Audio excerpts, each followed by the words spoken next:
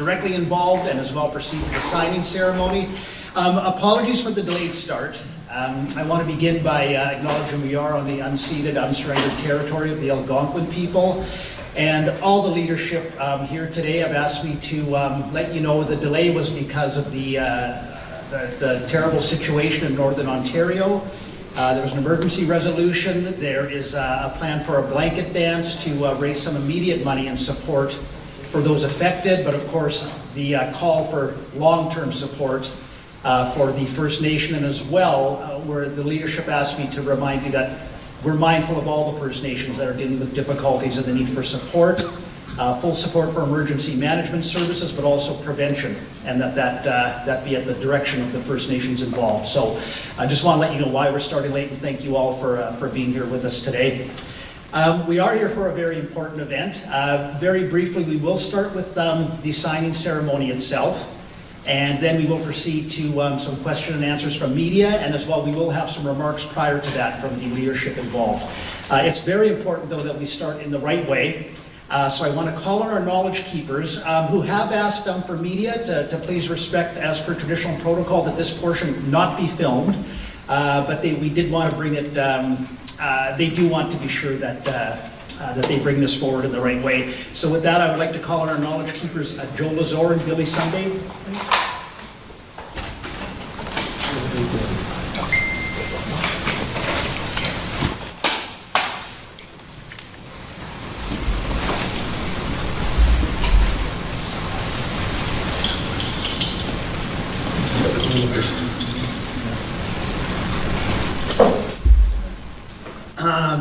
Good afternoon. My name is Bill Sunday. My Mohawk name is Tagola. So I'm going to open the meeting, and I'm going to do it in our language, and my buddy Joe will do the translation for me. When anybody wishes what I want to see is when I got one, I do want to do what you have. Tinatine igual na agua runi dan semua ordinary ones semua itu sahaja. Ada ada ni gong lah, na ada ni itu Cina itu ada dan di sini dia ada wan. Tinatine lega itu doang mula ada semua itu. So dia tina mula dia tina istilah honca. Asalkan aku dah buat kau hagi, na ada gaya lega nune. University I do one other there. And university time what down there. And they can what other is the whole hunch. So I did the one what other no legalos. Now hard cat away, you know what to have. University good for you go. I am good for I am that in a hold. As about why you could see. You do that all in a hold. So I did the one where I don't know legals. But you can what other got you sooner. Then I rather him than I had in a gastronomy than another what the ones you were. You keen and taking it, and they go rather the way down. I keen there, and you got this way I do what you got it. You can what other got you sooner. But the one where I don't know. Kokwa and other nega idworks that will guide tosa. Then you have and then you so good to guy and I am good for guy on the to the taking more than the last of the cock. To the taking more than the one more than the or poisson and then royal. And you go, generally, why I don't, the local you wear time, like you wear the other had year and arms. And then you go, and here, the gay, how do I want to walk? But the one more other on what soon. To get in one other got you, and then that the one in your. You go, then I think you down with the top, or you had in a home Sundan, then she did the one of grave. And the way down, I came to the one to what to carry. That's how I do what to carry. The guy did him all out in a chena. The did him all out in a cheetah song. The didn't know yours, and I supposed to go and keep all I want you. Where's another what I must that you know, they got the returns that they got on it. The guy did him all out in a cheetah song. The did him all out in a guy didn't wait again. They're going to tune it on the guy going hard to the one of the stone. The one to what Tarago, they're going to tune it, then on Juki Hara, then a scar, so no rich in the one, chin the one ugly. The 18 or other than a guy reading wet up. The 18 or other than 80 so to go, like the wearers. And then rather him than a study like a running. But running what no one that you can get a running. Then a guy you are running. You can tie out the side. Decide when you're that to decide what to go. To get the 18 or other than he so to go, like the wearers. The next the one who are out in a go and a caraco. And then to the wiring.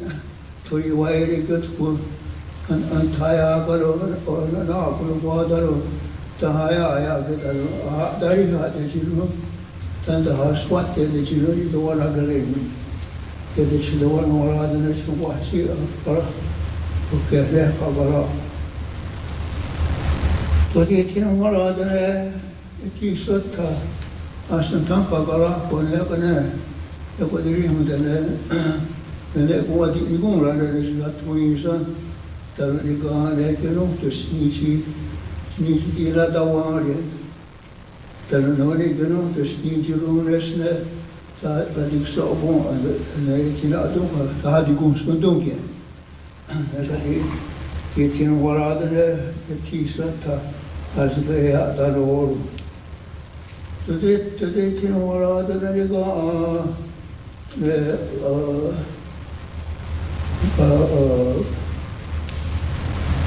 it's one of our other Taruntus as a now full away and a gone, the holiday to Muncho, and then they go going in yours under what's then, and that's the one more, that's the one more hard to get the get to on the guy when I'll get what do I don't know. Do I tell you get you go, huh? He's getting there as a wash, as he is what you go road. Sneaky, there's a white door, he's in there as a wash. The took it in the off, there's what you go, talk. I'm going to translate what he said. He greeted the people that we have to imagine that there's a fire here in the middle of this room. Okay, we're going to imagine what our ancestors used to do, always build a fire in the middle of our circle. And what brings us today is he greeting the people that came to this fire, and he explained what the Creator gave to us on this earth. He gave us Mother Earth herself, the waters, the fish, the plants, the medicine, the animals, the birds, the four wings, the four grandfathers, the sun and the moon, and he gave that. And they all have to do this for us. And it's up to us to keep that going, that nothing will go wrong. That's our life. So with that, he greeted again, keeps greeting the Creator that we come together. And today you're going to sign an agreement, and that's to be partnerships right across Canada. And he explained, he said he hoped he didn't forget nothing. We put tobacco here in the front. He helped us eagle feather for our bundles, and hopefully we can get this thing done. And anything he left out, he didn't mean to leave it out. And again, we need to go back to the fire, go back to the Creator. If we forgot anything, we can add into it later. So with today's quick ceremony, He greets again the Creator and our well-beings and our good minds to come together. So with that, he opened the fire, and hopefully everybody is in a good will and a good mind today with what's happening to benefit the unborn that's coming behind us. So with that, we can proceed, and the fire is open for anybody. Okay, now go. I don't go. Go ahead, you go. Go ahead, you go young, but I'm not.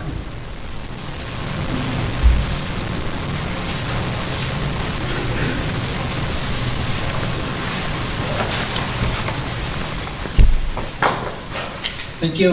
Yawa, my language, miigwech, Anishinaabe Moan. Thank you for the opening us in the right way, and thank you as well for sharing the meaning of that important ceremony. Again, it is important we always begin, especially something as important as this, renewing the agreement between the Assembly of First Nations and the Iroquois Caucus. Some opening remarks to help set the context for what we're doing today and why, and again, the importance behind it. Would like to begin with Assembly of First Nations National Chief, Cindy Woodhouse Nepinak. Anin Boju,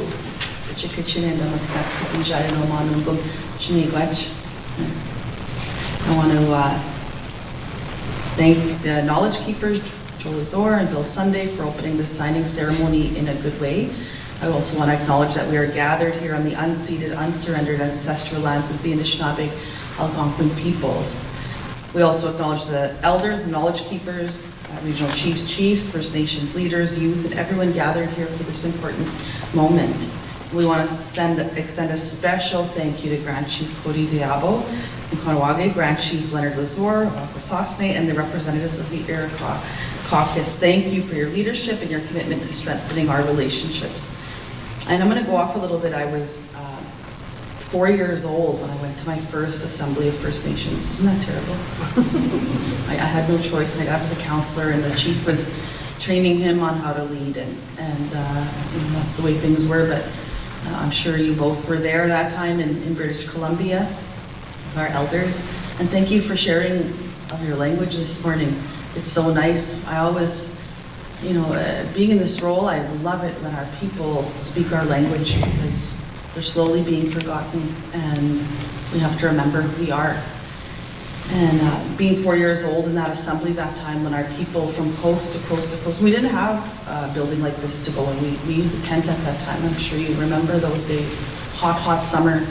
And you drove down to British Columbia at that point. There was people from here, the Iroquois were there, the East Coast. Every First Nation from coast to coast was there gathering. There was standing room only, very, very packed.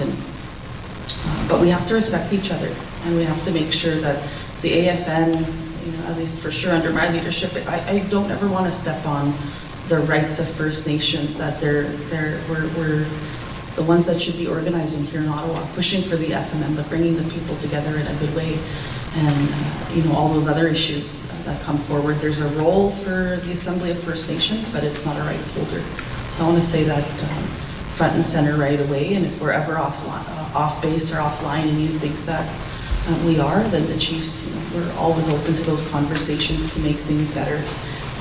It's been a long road, I think, since when I was 4 years old, watching that and watching our people come together in a good way. And I'm so impressed this week, just unity across our assembly, strong mandates, good discussions, and respect for each other. And I think that's what the Assembly of First Nations is, trying to find those common issues and trying to work through them. And we're not always going to solve everything in one day, but I think we've solved a lot from, I was asking a former national chief, actually Phil Fontaine, and I said, have we moved, from back then? And he said, absolutely. We have doctors now, we have lawyers. We never had, my mom's the first teacher that we ever had in our family. And, we're trying to learn and balance this walk in two worlds in this country. And it's always delicate. But I think by being together and working with all of you, I look forward to that. So today is a landmark day. After years of respectful dialogue, relationship building, and careful planning that goes back to 2006, we are honored to sign a renewed protocol agreement between the Assembly of First Nations and the Iroquois Caucus.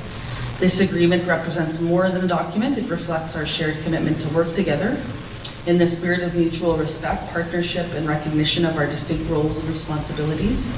This renewed protocol agreement will strengthen our ongoing cooperation, communication, and collaborative strategies on issues of mutual concern in a way that fully respects the perspectives, priorities, and autonomy of the Iroquois Caucus. Our strength as First Nations does not simply come from speaking with one voice, but from respecting the many voices, the nations, and traditions that make up our collective unity. When we work together in ways that honor our distinct identities, governance, and laws, we are stronger. So today's signing is the beginning of a renewed relationship founded on those principles and those values. On behalf of the Assembly of First Nations, I want to thank everyone whose dedication has worked to make today's signing possible. We also want to acknowledge the leadership of the Iroquois Caucus throughout this process. Thank you so very much. You all mean business and very organized, so thank you. Together, we reaffirm that strong relationship, strengthen our collective voices for generations to come, and may we always work we focus on our little ones, that every decision that we make is going to make their lives just a little bit better, and that's what we focus on. So thank you so very much for having us and for working with us, and look forward to continuing to serve all of you. Yeah, thank you.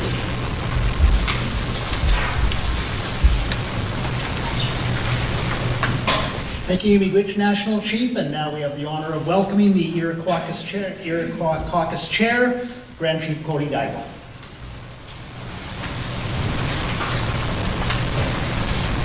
Sego so Guego, Mahando Higurde Nave of the Zahayas, Cody Gunner Dio Diabo Ujut, so Grand Chief Cody Diabo, the Mahal Council of Ganhuage, and Chair for the Iroquois Caucus. I really want to thank AFN National Chief Cindy Woodhouse for the work on this. The last time this was signed was in 2012, and I think there's a milestone step here, is it was actually passed on the floor, and prior it was just done, between the previous national chiefs and the Iroquois Caucus as a whole. I echo a lot of what the national chief had talked about. There's no doubt in my mind that, our two organizations, are doing the best for First Nations as a whole, and the AFN has a unique role. There's many communities, who need that advocacy and need that support, both on the regional levels, provincial levels, and the national levels. And the Iroquois Caucus, we're able to mobilize, where others can't. So really, for me, this is a message to the Government of Canada and their provincial governments. And I say provincial governments because neither one of them are separate or sovereign, we'll say in that sense. It's about showing them that there are more than one First Nations or groups out there, and that their responsibility is to engage with us all, and not just put either one of us in a situation and we go directly to one, but that's their MO, right? That's divide and conquer. That's what they've done since they first got here, and now they need to contact that and engage with us all. So really happy to be here. So Nyawakoa, and let's get this done.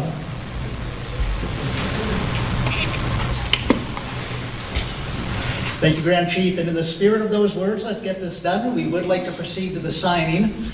Just so you know, all leadership who cannot be here at this moment with us today will be signing. That includes all members of the Iroquois Caucus, their leadership, and as well the National Chief and the Assembly of First Nations Executive, which is the regional chiefs, will all be signing at some point. But we do want to sign with the leadership that is with us here today, and we think it's only proper that we begin with the Grand Chief and the Iroquois Caucus to sign. The documents are there, so if those would like to approach and sign, we'd love to have you. Thank you.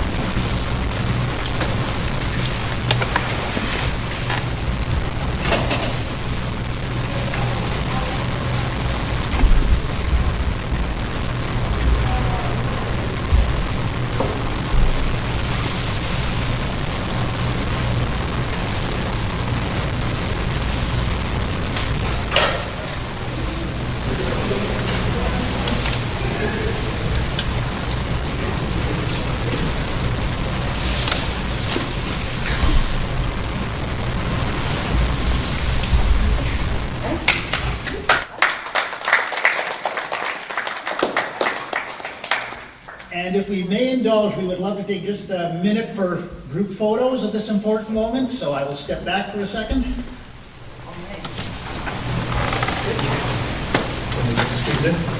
Yeah.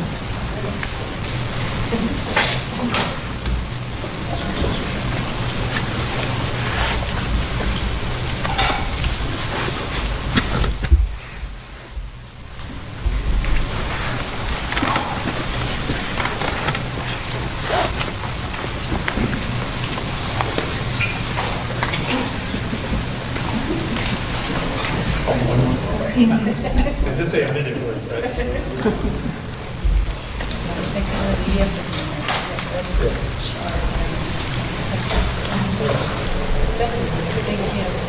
Does everyone have the photo shots they need?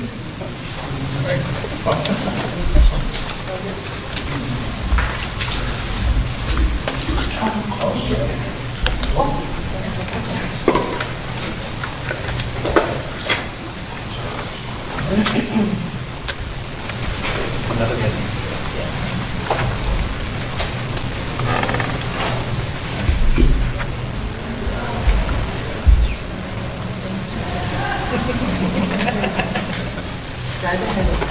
How many national chiefs and how many prime ministers have we seen? 5 national chiefs and 5 prime ministers? 8 national chiefs.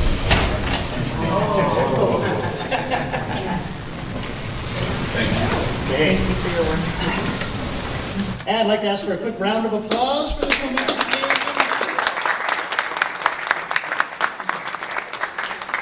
Media, I know you're neutral and objective, but appreciate that. And at this moment now, we have time for some questions from media. All we ask is if you can use the microphone, identify who you are, and if your question is to a specific representative, please identify that as well. And with that, Creason. Chris Nashkate with CBC Indigenous out of Calgary, asking a question on behalf of Olivia Stefanovich. And this question is for National Chief. Cindy, do you believe the federal ministers are sincere when they say there is no good way to build major projects without First Nations partnership and leadership? And what exactly does that look like to you? Well, first of all, I want to congratulate the Iroquois Caucus for being here, being united. First Nations are united. You heard that this week strongly. There's a little bit of issues, I think, with the Major Projects Office. The federal government can't use them as a crutch to not talk to the First Nations directly when it comes to major projects. And, we've got a First Ministers meeting coming up. I think that that's a big test for the will of this country. And at the same time, if their will is there, then make closing the First Nations infrastructure gap a national priority and a national project in the national interest. I mean, as we've done the studies, every dollar you put in to First Nations, you get $1.86 back on closing that gap, plus it creates 300,000 jobs across the country. And so, if there's anything in the national interest or a major project, that should be the #1 project for this federal government. Chiefs right across this country have been asking for better infrastructure, better housing, better health care. Equality is really at the heart of it, I would say. And they've been asking for that for years and years and years and years and years, and finally we have a federal government that is listening, but it's only at the point where now they want to develop the North and develop First Nations backgrounds or backyards. What would you say to that? Well, I'm just going to say again, closing the infrastructure gap is a priority because trickle-down economics, I know that the Major Projects Office and I probably had when we did have a discussion, trickle-down economics is not going to build schools in their communities, it's not going to build roads.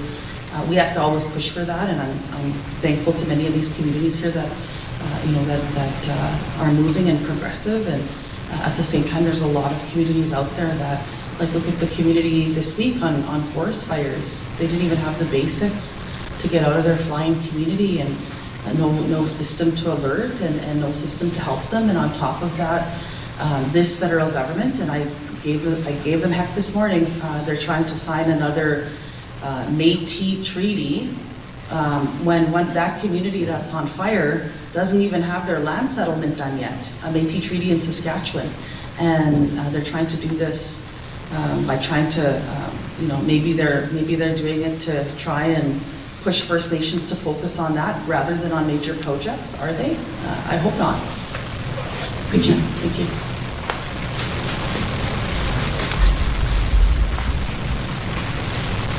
If there are no other questions, I would turn, are there any closing comments you would like to make?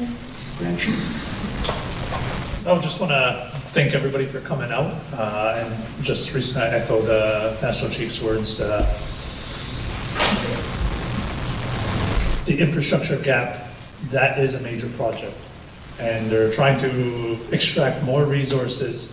We're seeing the effects of climate change, but still they want more and more and more. Rather, if you invest internally, that's what's going to build up. How many jobs will be created? How much resources are you going to need? Wood, lumber, steel, whatever you name it, to build the infrastructure that's needed. That's what the major projects should be about, not how much more oil can we dig out, or how much more rare earth minerals are we going to mine, how much more rivers are we going to divert, how much more pollution are we going to create just so we can try to sell it on the open market to other people. And again, we forget, well, where's First Nations in that? That's our resources that are being extracted, and we're getting pennies on the dollar or funding cuts left, right, and center. So I think they need to really take a look at it in terms of what is true economic development and what is true major projects. It's not about selling it to Middle East or selling it to America or where have you. It's needed back here in our lands. Yeah. Thank you, Grand Chief. And again, we already see the power in unity while respecting diversity as well. I want to thank everyone for coming for this important moment. There was a request for one quick picture, but I thank you, everyone. That concludes our press conference. Appreciate it. Thank you.